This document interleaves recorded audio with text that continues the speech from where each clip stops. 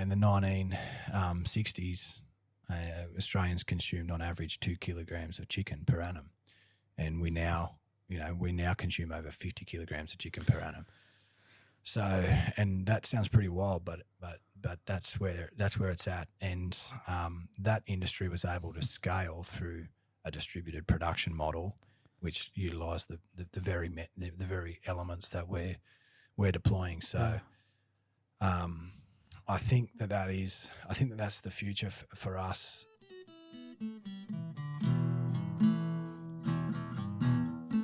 This is the Level Up Podcast. I'm your host, Martin Sully, a brand strategist, designer, and founder of Snapper Studio. And I'm on a mission to help you gain clarity and confidence in your brand. I'll arm you with bite-sized tips and introduce you to friends of the show who are taking their brand to the next level.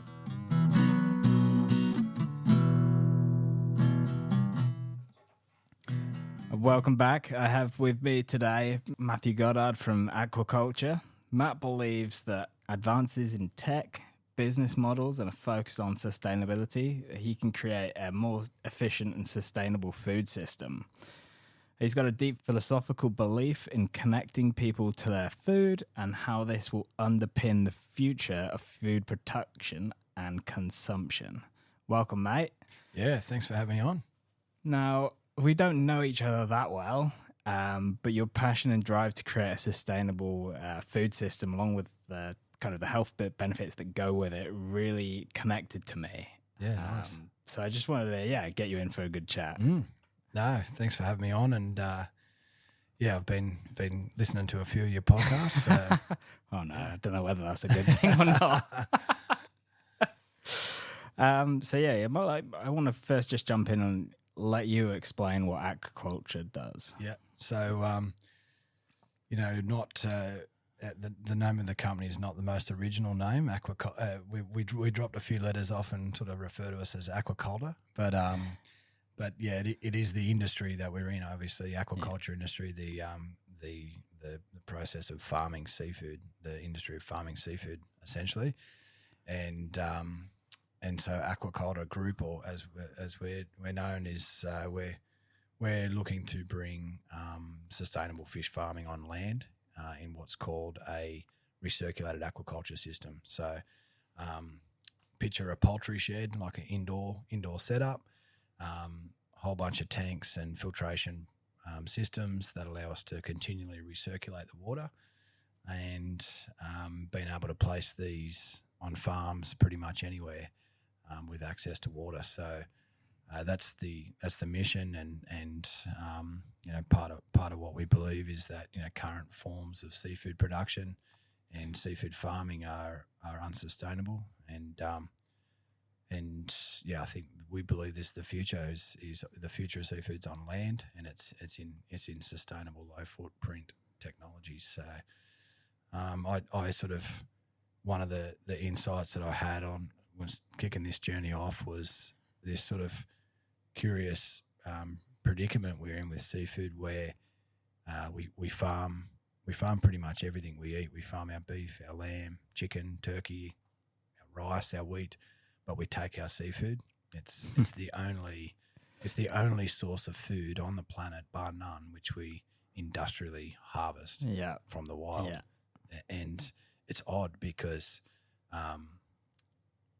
we haven't gotten to the point as a civilization of nearly 8 billion people where we've ironed that out of the system. We're still taking enormous quantities from the wild, and seafood aquaculture as an industry is the fastest growing segment of the agriculture sector, and so it is catching up. We now farm about 50% of our seafood, but we still take an enormous volume from the wild, and the current farming methodologies are fairly unsustainable, and I believe they've got an expiry date which is fast approaching. So it's for you guys, it's good to be at the forefront of trying to make a change in the systems and processes that people have, and trying to I guess better the system. Yeah, effectively. Can you share a story that kind of cemented your need to kind of solve that sustainability problem? Yeah. So it didn't come. This journey didn't start out as some sort of strategic move, or it started quite simply when I found a Barramundi farm for sale. My business partners and I. And it was more out of curiosity than anything else that we went there and had a look, and then it really just lodged in my head, and didn't let it go for a while, and you know what I seen when we went there is, you know, the guys had figured out how to grow seafood in a recirculated system, with a fairly low labour element and low skill set required. And I seen the bones of something that I thought could be scalable, and so that sort of lodged in my head, and it didn't leave. And then I guess over time, that's kicked off a process for me of looking at the seafood industry, aquaculture as an industry, and I felt that there was a real opportunity there to carve something, and it became something that I started to really believe in. And then, you know, I still have some really, you know, beautiful visions to create something deep and meaningful out of what we're trying to do, and that come from a bit of a vision I had at the start of this journey of like, how do we connect people to food, and the fact that the root cause of our woes in the seafood, not only in the seafood industry but in the food system completely, is the fact that we're just disconnected as consumers of food. We're completely disconnected from it, and sort of that has sort of underpinned the philosophy of our journey is how do we have a distributed production system rather than a very highly centralized one? How do we use technology and humans to produce food? How do we produce food sustainably so we're not stealing from nature?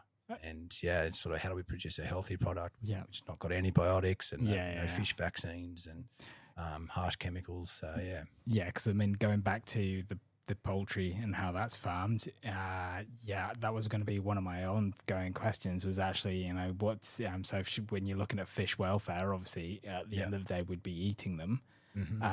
But looking after them and, you know, care of the wildlife where you've got it is, you know, must be one of those things that's right up there with, you know, delivering the product to the consumer. 100%. I mean, ultimately, and I think a lot of farmers would have a similar sentiment.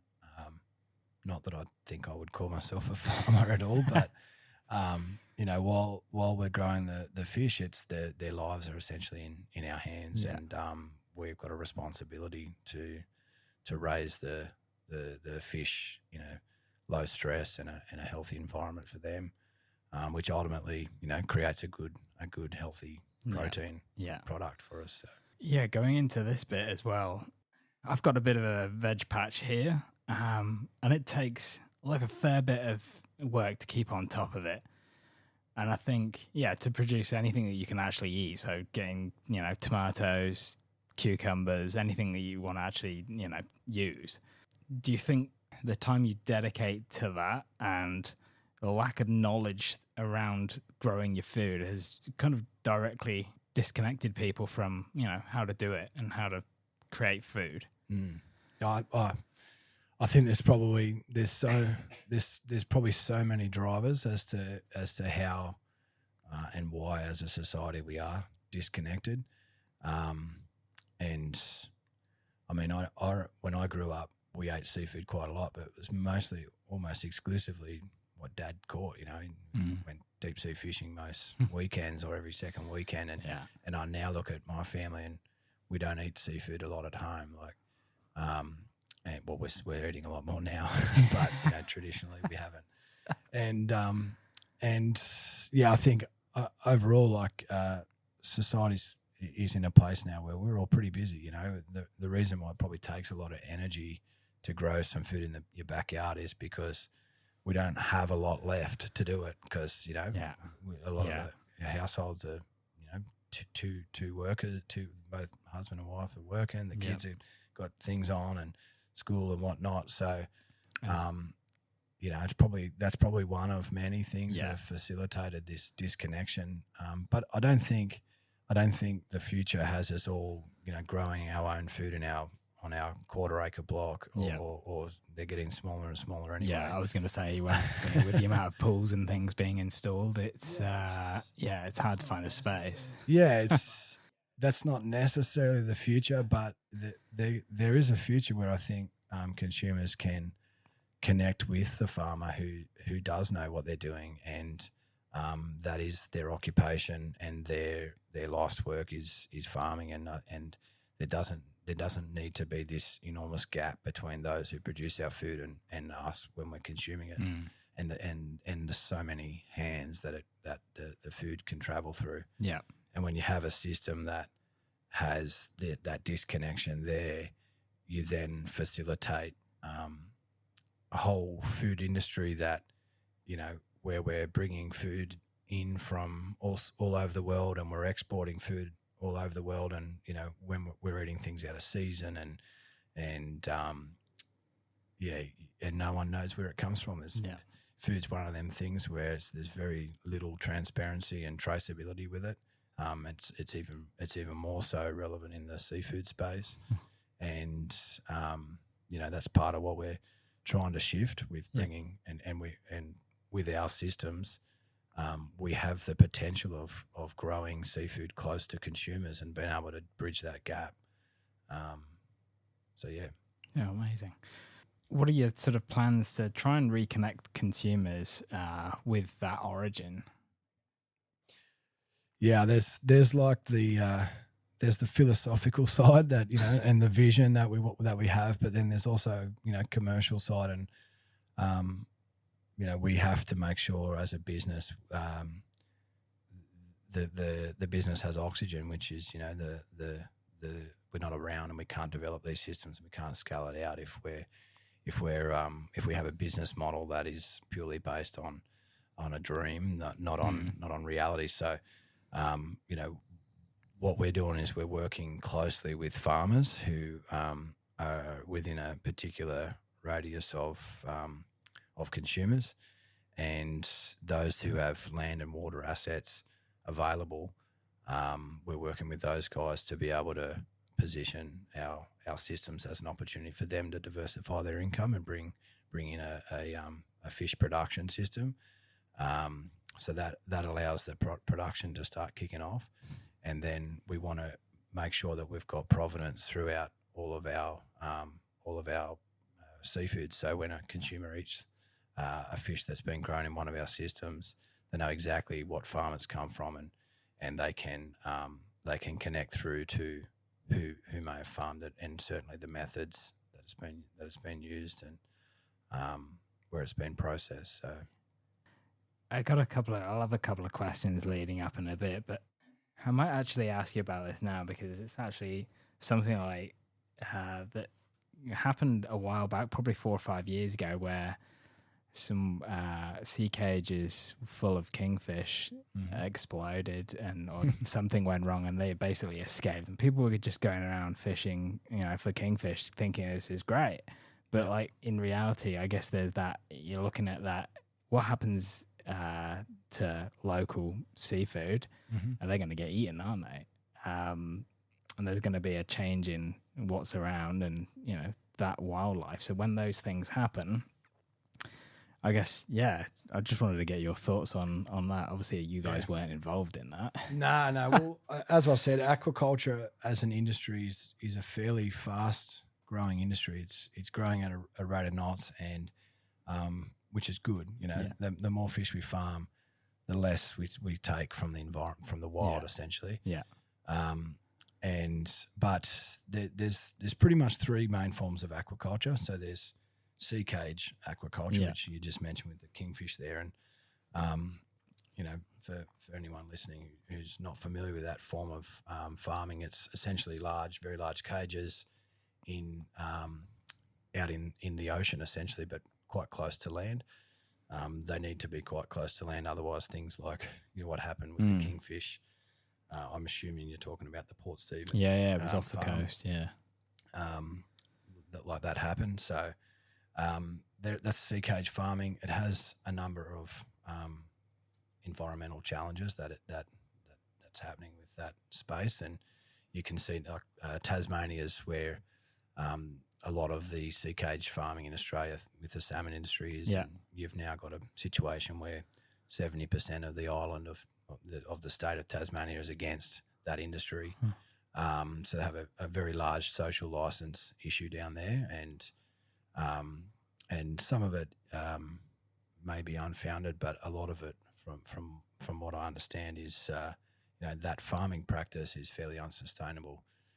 You have a very large concentration of fish in a very small area of the wild, essentially, and all of those fish breathe, so they respire in the water. So they pull the oxygen out of the water.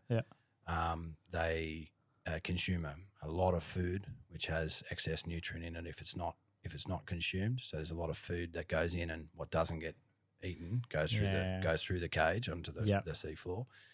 And they all defecate. They all have their effluent that it's got to break down somehow. That leaves, and what it creates is quite a toxic environment. And you can sort of come at it and think, well, the ocean's a big place, but the ocean doesn't really work like that.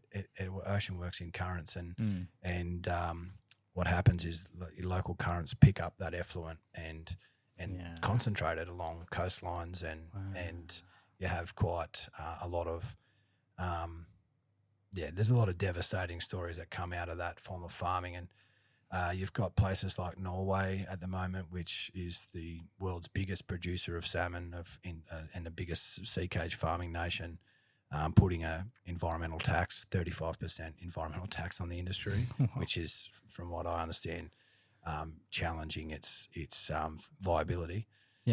Countries like Iceland, who are the second biggest sea cage producer, they're banning all expansion. Argentina banning that form of farming. Wow. Washington State, it's happening fairly rapidly, and so there's a lot of headwinds for that form of farming. So that's the first form of aquaculture, the sea cage. The other form is pond based, which is what a lot of our barramundi in Australia is grown in. About 60% of Australian barramundi is actually imported from Southeast Asia, but that's another story. But the pond-based farming also has some very similar environmental challenges, and also what's common with both of those forms of farming is the fish are intricately connected to the wild, and to wild fish stocks. So there can be a lot of disease transfer between the farm fish and the wild fish, and a lot of you can have different species of fish escaping and interbreeding with the local species, and or devastating local, like the example with the kingfish, devastating other fish stocks.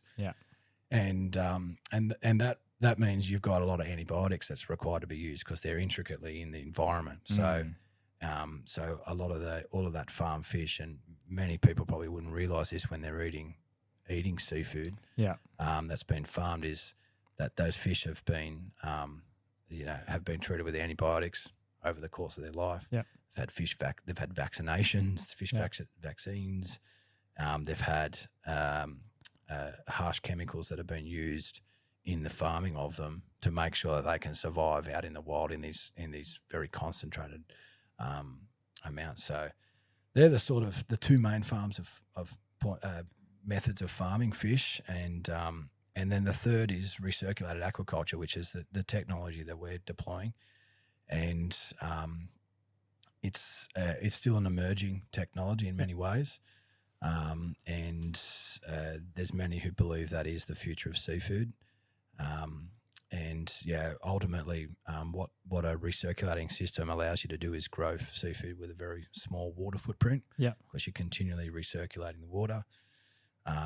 and the filtration that's mechanical and biological. So, so you have filters, and then microbial filtration. So they're converting the ammonia, and they're doing all the heavy lifting. You're not requiring chemicals, and then because they're isolated from wild fish stocks, you don't need the antibiotics and the fish vaccines and the rest to keep them going. So it's got these inherent sustainability elements to it. It produces a really exceptional product, and you can control. It's essentially a controlled environment farming technology. So you've got some control over, things like water temperature and oxygen and that sort of thing. So some of the critical elements and all of the effluent that's produced by the fish is captured and doesn't leave the site. So it has these really inherent sustainability elements with it. And then with what we're doing and how we're doing and how we're deploying them, it allows us to actually put them close to consumers and grow a fish like Barramundi, which is a tropical fish, well south of the tropics and in close proximity to consumers. So that fish isn't travelling all over the country and in many instances all over the world to get on your plate. Wow. And then going forward from, obviously, you got the life cycle of the fish. Presumably you guys breed or, keep some aside to breed, maybe? No, we there are quite a number of hatcheries in Australia that service the aquaculture and sort of restocking. Yeah, that's handy. At least that's not one thing you have to concentrate on. It's not one thing. It is in our plans to do that. It's not something we're tackling at the moment. The fingerlings are fairly readily available for what we're focused on. But we get them in at a very, very young age and bring them through that point. So, nice. Next question, in the sort of lead up to today's podcast, you mentioned growing concerns about food security, and can you tell me a little bit more about that? And what are the risks? I guess. Yeah, I see sort of this dive that I've been on into the food industry, I suppose, in the last 2 years. Some things that haven't surprised me and some things that have. But without doubt, I believe there's a significant disruption that's coming for the food sector. And it's part of what has inspired me and motivated me to do what we're doing. And it's been driven by the changing times of the world, essentially. There's a growing environmental push, and what happens there is regulation that comes in, and there's a whole bunch of things in the pipework that is reshaping how the world works, and food is such a core part of all of those systems. A lot of our food in Australia is shipped or even caught or produced in Australia, shipped to Southeast Asia for processing and value adding, then shipped back and then consumed. And there's all sorts of crazy stuff that happens in that space, and that they're the things that are going to be getting disrupted under carbon management and nature-based reporting, nature-based financial disclosures, which I think will ultimately lead to nature-based taxation, and all of the environmental shifts in environmental policy, either intentionally or non-intentionally, have a very direct impact on food, because food ultimately is grown in the ground in our, and the food system is very nature dependent. So I believe to survive in the future in agriculture, there's no way to do it and without being inherently sustainable. And like I say, much of our seafood, almost all of it, is unsustainable in many ways. So that disruption is coming, and it's coming fairly fast. And I think it's coming faster than the food industry is going to be able to respond. And ultimately, those changes, that disruption flows through to the consumer. And I hope we don't get to a situation where families are try to decide what food to put on the table, or the power bill or whatever. And there's instances I'm seeing where farmers are making more money and can make more money not farming than farming, through carbon offsets and all these sorts of things. And all of that, those shifts and the regulations that are coming in, it's just a disruption. And, we're hoping to carve a path in that disruption, but also be able to provide inherently sustainable seafood that's not going to be disrupted out of the market. Yeah. And, the idea for me is that food's one of those things that it's just essential. Like it's a recession proof industry. We all need it. I want to be able to put healthy food on the table for my family and affordable food. And that's the other thing with all that regulation, I used to work for some big corporates, and generally big corporates love regulation. They can navigate it, They've got teams of lawyers and accountants and compliance officers and safety and environmental officers and all this sort of stuff, right? So the more regulation that comes in, big corporates clap their hands, bring it on. Yeah. Because it's the smaller guys who can't navigate that, and then what happens is this corporatization flows through on the back of regulation. Yeah.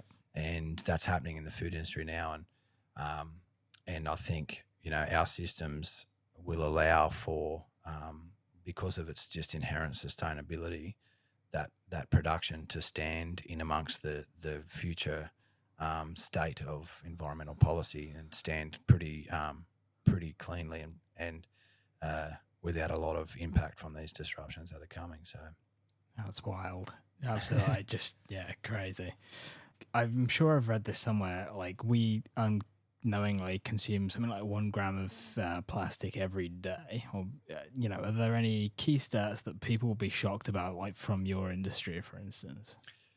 Yeah, I don't know the stats on. Obviously, it probably differs for every piece of seafood, but it certainly wild caught seafood and as a fair portion of the farmed seafood, because of its using water straight out of the ocean, has a microplastic content.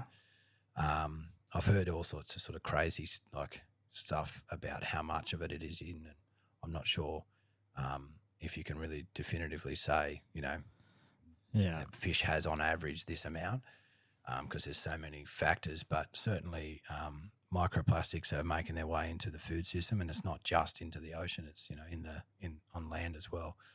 And the other thing, that people are often surprised with, just the level of parasites that are in seafood. Yeah. And not a big issue if you're cooking it, but we have this growing culture of sashimi and sushi and this sort of thing where we all enjoy raw seafood. Yeah. And with raw seafood comes either parasites or a lot of antibiotics, one or the other. So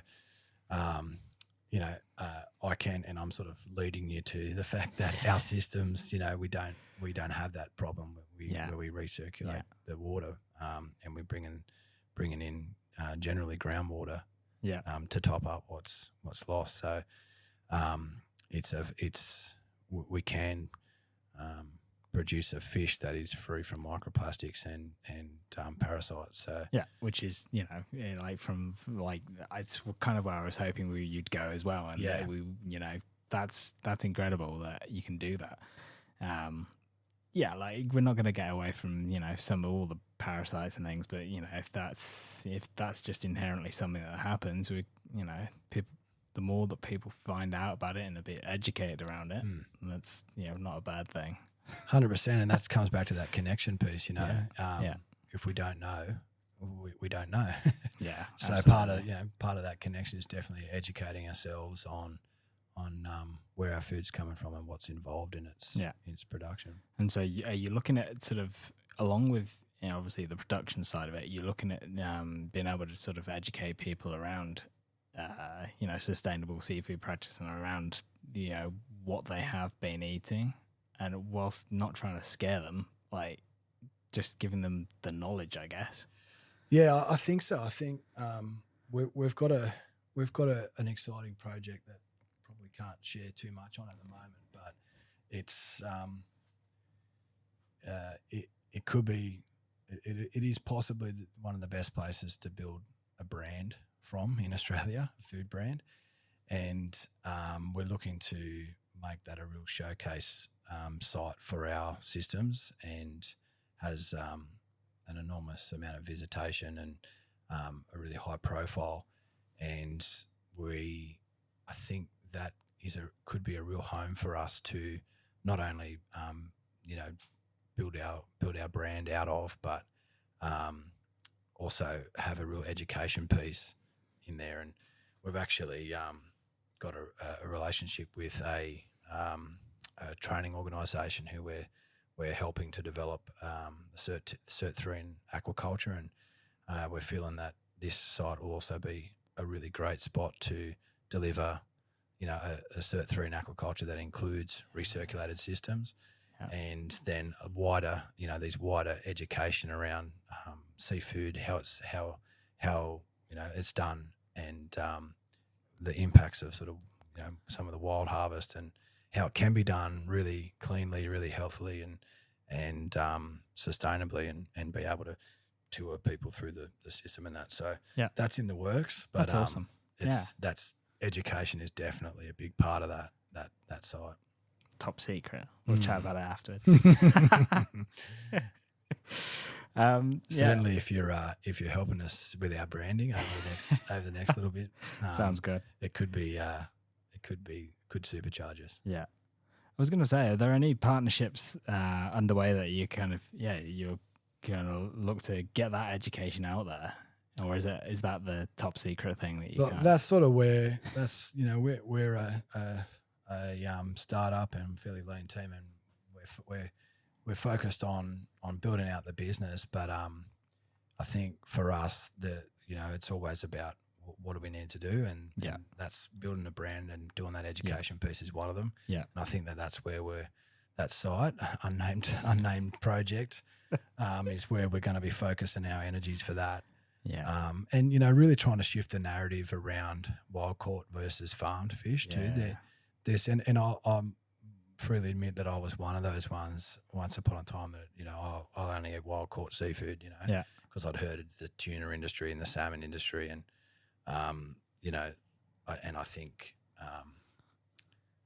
I think that narrative needs to change over time, and people to change that I only eat wild caught seafood, or I prefer to eat wild caught seafood, or that farm seafood might be a lesser product. That requires some sustained education, and that's certainly one of the things we're going to be achieving with our brand, and with our couple of projects that we've got. That'll be sort of more public facing. Yeah, that'll be what we are trying to achieve in demonstrating that farm seafood is of as high or if not higher quality than wild caught, and there's no need to take from the wild. So certainly at the scale we do now. I mean, like that makes complete sense. This is something I ask every guest, but what's your vision for, I guess, the future of seafood production? Will we move away, barring the taxes and everything that are kind of being put in place? Do you think that's going to stop the wild seafood industry, and it is going to just head towards being farmed completely? I think so. I think it has to go there, and I don't think we're going to have much of a choice. I don't know if you've heard of the Outlaw Ocean podcast. It's a bit of an expose on seafood, and it's largely focused on the Chinese seafood industry. And I think the rate of wild harvesting just through the Chinese fleet at the moment is going to render the rest of the world and China itself going, well, we have to move to farm seafood. I don't think there's going to be, much left in the wild, to be honest. I mean, we have had inquiries from places like Morocco where they've, seafood companies have got forward contracts into Spain who they can't catch anything. The Med's dead, the Adriatic's dead. And then places like the Pacific Islands now, where you would assume have really healthy fisheries, and they just don't. They're a lot of the fishing rights have been sold, and to Chinese, and they're just not there anymore. The fish that those nations relied upon are not there anymore. So, I think Australia is in a bit of a situation where we do have some healthy fisheries, but largely it's going to be a case of we need to go to farming, and it'd be nice too, and it's all sustainable, but there's a point in the future where it is we have to go to farming, and the Chinese things like the Chinese international fishing fleet, so just their ships that fish in international waters have gone from 13 vessels, and these are very large ships as I call them, 13 vessels in the 1980s to 6,500 vessels now. And some of these these ships never go back to China. They have very large refrigerated ships that go out. Yeah, they collect it all. The other fishing ships, dump it into that ship. They go out, and that's what goes back to China. And a lot of this seafood ends up in places like Australia and the US and Europe. Yeah, it's all caught and processed caught in the international waters, processed back in China. But the rate of that. And, we have 8 billion people still taking from the wild. So I don't see a future where farming is not the primary source of seafood. And, there's some in the industry that'll disagree with me on that, but I don't see any other solution, which is why I sort of am so passionate about what we're doing, because not only is it needed, but there's such a good opportunity to carve here and actually stand in a place that's going to be around for decades and decades to come. Yeah, and I think looking on that from that, like you've got to be you've got to be super passionate about what you do and your brand, like be a little bit obsessed by it to kind of just drive momentum with it. That's that's a lot of the stuff that I talk to people about, is just making sure that all the team are completely sort of going in the same direction. They've all got the similar values, and they all just get it. They they want to help see it grow, and that's I think we're really lucky. We've got a small team, but we're all very much on the same page. We sort of have these things where we've loosely called them wild dreaming. Where we'll get into a conversation about what we're doing, and we sort of end up, 10 minutes later with sort of building different visions for where we're going, and we're always all singing off the same page. They're very aligned, and to be honest, most of the people who are coming around our business, whether it be advisors, investors, other supporters, that they're all very aligned as well. And I guess when you create such a strong intention, that the people who believe in it gravitate towards it, and the people who don't, well, we don't see them. We don't meet those people. Yeah, I was going to say, and then when you look at it like that, that's also how like you can navigate and find your ideal customers, and it's the people that are not 100%. Interested, just like you're not going to catch them in the first place. Yeah, and I mean, like all the fish we produce, well, we don't need to convince everybody to eat our fish. Like there's other sources of protein, there's other sorts of fish. Even at a scale of where we're proposing, which is super ambitious, we don't need to convince everybody that this is the best way to go. Those who believe in what we're doing and who want transparency and a good healthy product and sustainability, and those retailers and restaurants who also want to do the same, they're going to gravitate towards us, and if not, then that's fine. There's for us, there's that's the market who we want to supply. There's no point, there's no point in putting our product into places where it's not appreciated, and it's competing with subpar products. Yeah. So that's where that's the journey ahead, hopefully. Yeah, that's awesome for the brand. Yeah, no, that's cool.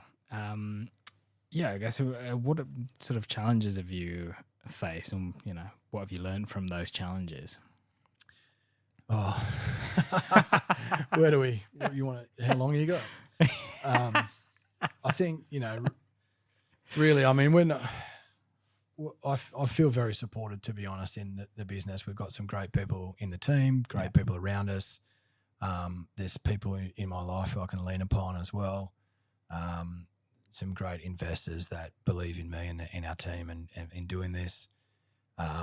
But if I'm honest, the biggest challenge is really personally, like as a CEO and founder, and trying to drive a startup business, trying to do something different. It pushes you out of your comfort zone, and I've had to learn to sit with it, sit with the discomfort, and almost not only sit with it, but just get comfortable living with the unknowns that are around.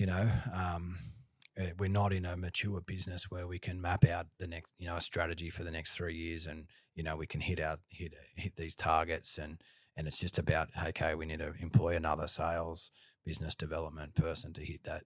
Like we're not there. We'll be there at some stage, but where we're at the moment is, I've got a machete on my desk, and sometimes get the team around them. I literally pull the machete out. Like, we are hacking through the jungle here. We have to. That's what it's there for, and it's there to remind us. Actually, my business partner Mick, I bought him in another previous life, I bought him a machete because he was hacking through the jungle. And then when I kicked Aquacultr off, he returned the favour by buying me one, and I sort of got this a bit of an analogy that I sort of live by in a way, is that we're sort of like a startup business. For me is like exploring. It's like setting out to cross the mountains with the hope to find some fertile land for us to set out of town. And the people who you want around you when you're exploring are also of that inclination. And so we're hacking through the jungle, and we're going to come up against a mountain we can't cross, and we might have to double back, or we might have to go around, or we might lose one or two of us. We need some backers, some wealthy sheep barons or something to fund our pursuit. And then, with the idea of finding some fertile ground somewhere where we can peg out of town and bring in the administrators, the people who can set up the roads and the sewer and the post office and the police station, all that. That's the sort of little analogy that I have in my head, and I'm really conscious of that. When we're exploring, we need explorers, and when it's time to peg out the town, so to speak, we need another set of people to join us, which are those administrators who can bed down what we've found and what we've built. So when you're laying in bed staring at the ceiling and it's 3 a.m. and you haven't slept, that's sort of the analogy that I come back to. It's like we're hacking through the jungle, and that's the journey we chose. That's what we're doing, and if I can sit with the discomfort for long enough, the solutions always present themselves, and we get on with it. So until you get to the next roadblock, until we get to the next one, discomfort, and find another way around it. And the best thing about being on a startup journey is there's no shortage of those little obstacles to keep you growing. So the business for me has been not only an awesome journey, but it's been a journey of personal growth for sure. Pushing me to become better at what I'm doing. So amazing. That's why we do. Half the things that we do is just to try to make the systems better, make the end products better. It's it's one of the things you get through. One of the things I wanted to ask you about, so you're doing Barramundi currently. Do you expect to kind of increase that and do more seasonal things? So if like saying going towards Christmas, obviously the consumption of prawns goes up. Like, do you expect yourself to kind of step into new lines? I think that there's a real opportunity for us to do that. just in the future, 100%. We've got some like visions of some other fish species that we think would work as well. I think barramundi's got a long way to go. I think it's a really iconic Australian species. It's a great table fish. It really suits the Australian palate well.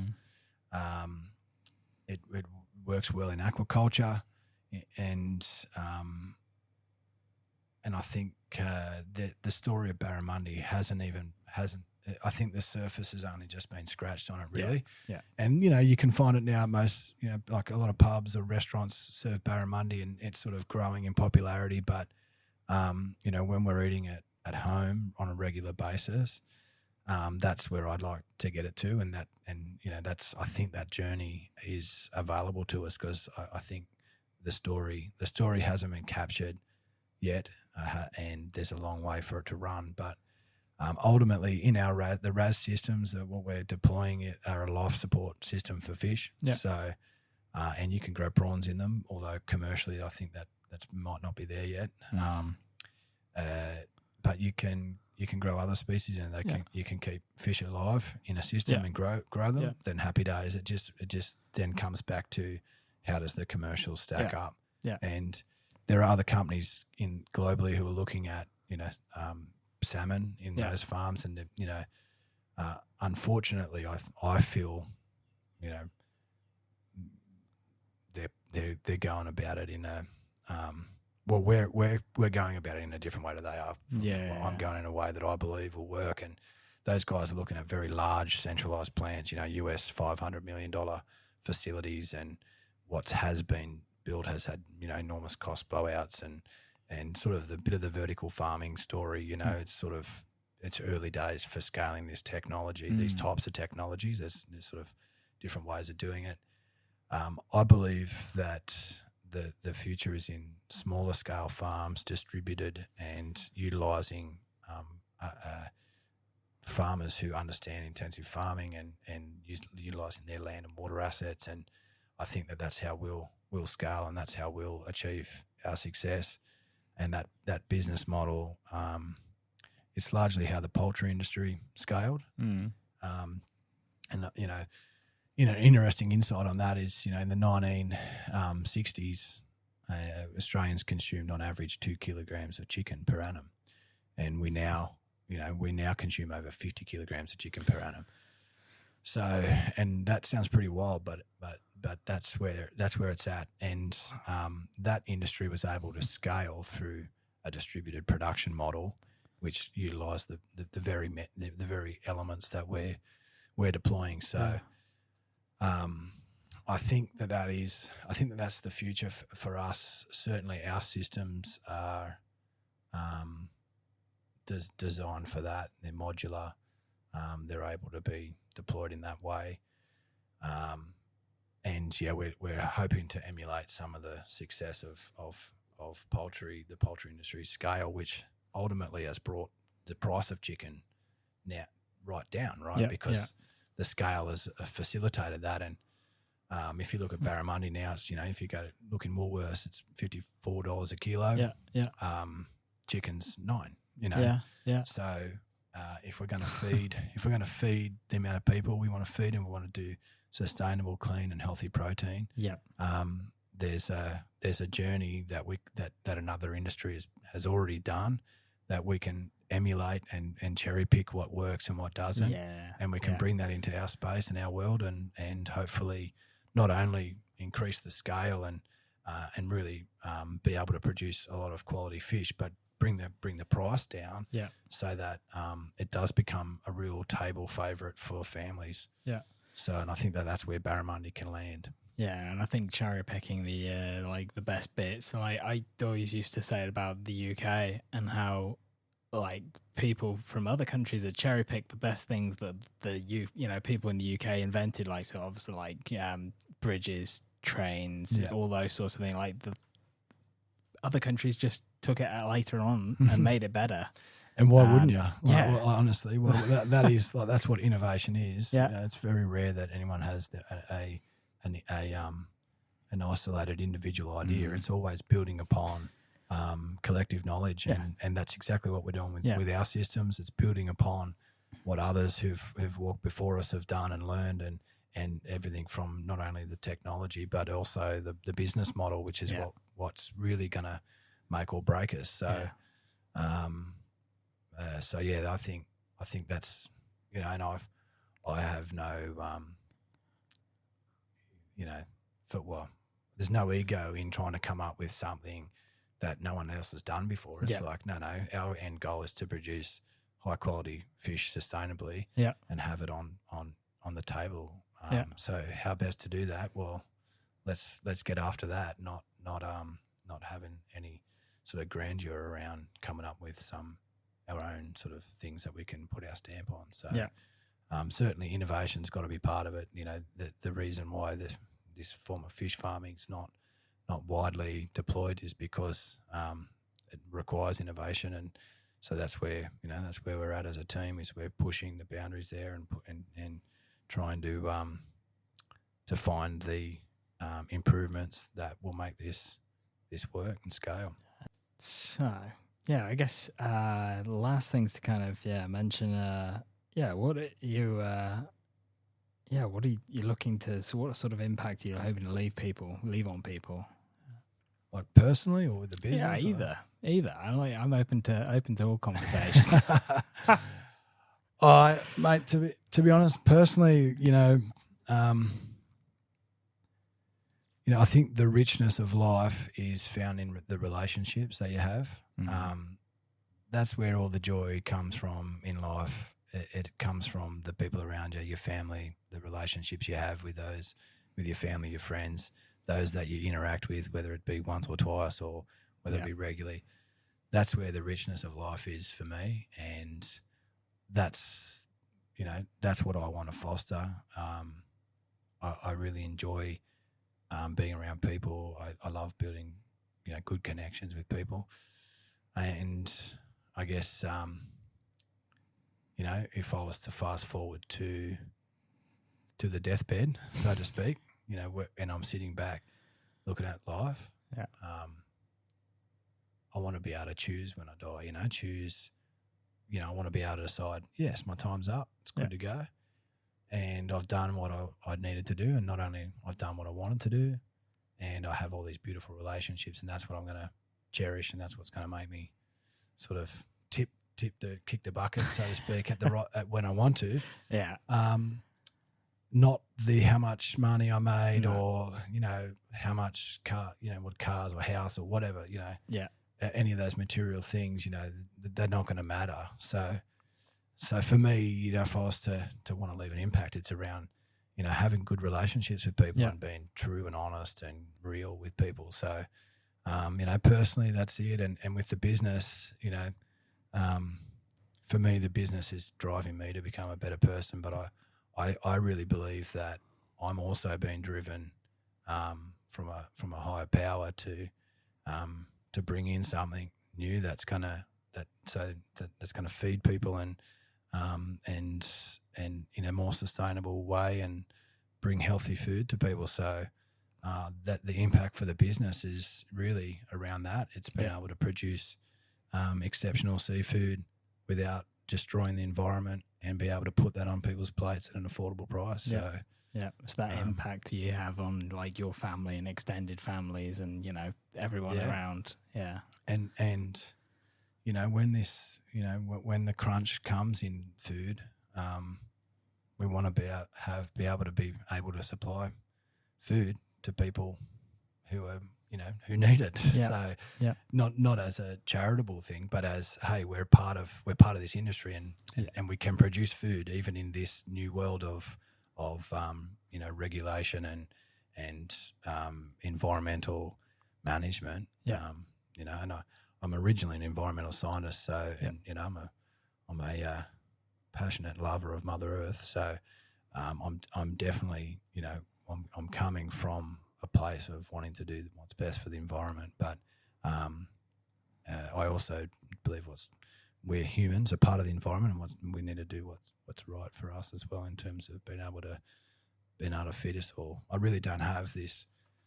I think, unfortunately, in the environmental movement these days, there's a real contempt for humanity. Like there's like, it's almost like people are disgusted in themselves of what we've done. And I really don't have that. I have a real hopeful view of the future. And I think that if we're going to solve any of the challenges in the world, it cannot come from a place of guilt or shame or anything like that. It's got to come from a place of hope. So it's got to come from that area of positivity as opposed to the negative connotation. And be a lover of humanity, not a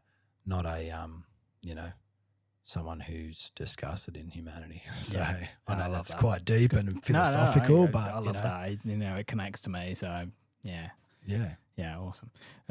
Where can people kind of pick up your story a little bit more and connect with you? Probably best place is just to tune in with us on LinkedIn.